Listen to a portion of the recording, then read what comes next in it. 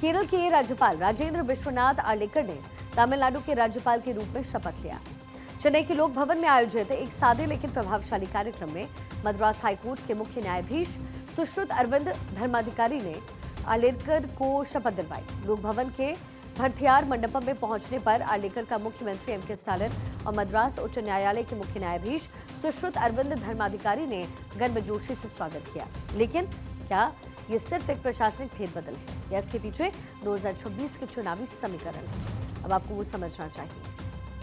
केरल से चेन्नई पहुंचे राजेंद्र विश्वनाथ आर्लेकर ने जब शपथ लिया तो मंच पर मुख्यमंत्री एम.के. स्टालिन मौजूद थे। आर्लेकर, जो कि बिहार और हिमाचल प्रदेश जैसे राज्यों में राजभवन संभाल चुके हैं, अब तमिलनाडु की हॉट सीट पर हैं। आर्लेकर कोई नए खिलाड़ी नहीं है। वो गोवा विधानसभा के स्पीकर रहे हैं और कई राज्यों के गवर्नर। केंद्र को तमिलनाडु के लिए एक ऐसा चेहरा चाहिए जो संवैधानिक मर्यादाओं को भी समझे और राज्य सरकार के साथ कोल्ड वॉर की स्थिति को भी सलीके से हैंडल कर पाए। अब स्टालिन बनाम राजभवन का जो सीज फायर है वो क्या कहता है?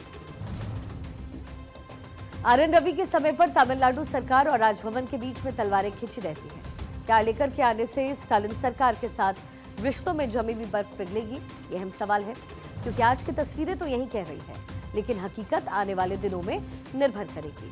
केरल और तमिलनाडु का जो ब्रिज है उसमें आर्लेकर के पास अब केरल और तमिलनाडु दोनों का चार्ज है।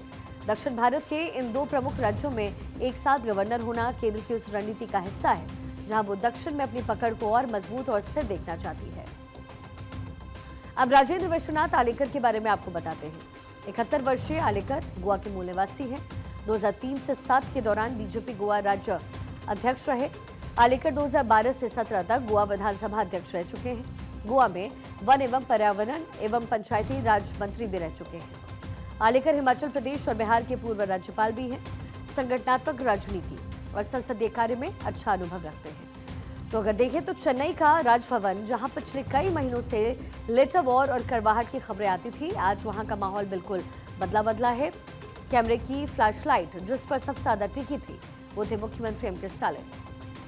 क्या ये शपथ ग्रहण तमिलनाडु की राजनीति में सीजफायर का संकेत है?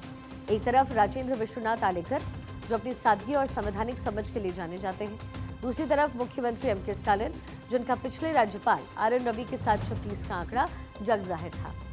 लेकिन आज की तस्वीरें कुछ और ही कहानी बयां कर रही हैं। जैसे ही शपथ ग्रहण पूरा हुआ, मुख्यमंत्री स्टालिन ने गर्मजोशी से आर्लेकर को गुलदस्ता भेंट किया। क्या ये सिर्फ शिष्टाचार था या स्टालिन राजभवन के साथ रिश्तों की एक नई शुरुआत करना चाहते हैं?